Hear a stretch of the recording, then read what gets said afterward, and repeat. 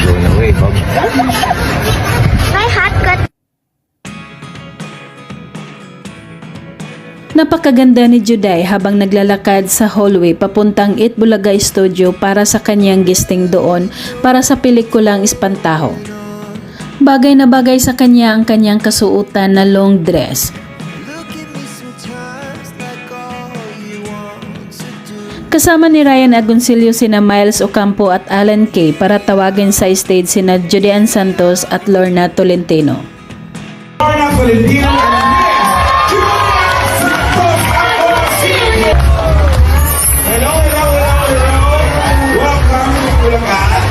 Winelcome ni Ryan Agoncillo sina Juday at Miss Lorna Tolentino at binati naman ni Juday at Lorna ang mga Dabber Cats audience. Miss Julian, welcome to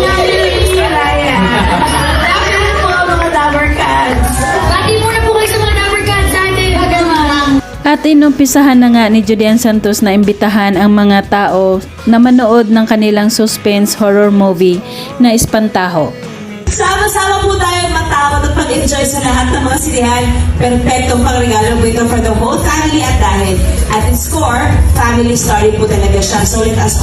Habang naglalakad si Ryan Agoncillo sa hallway papunta sa kanyang asawa na si Judean Santos, nakakakilig ang dalawa ang kanilang yakapan at napaka-sweet nilang dalawa.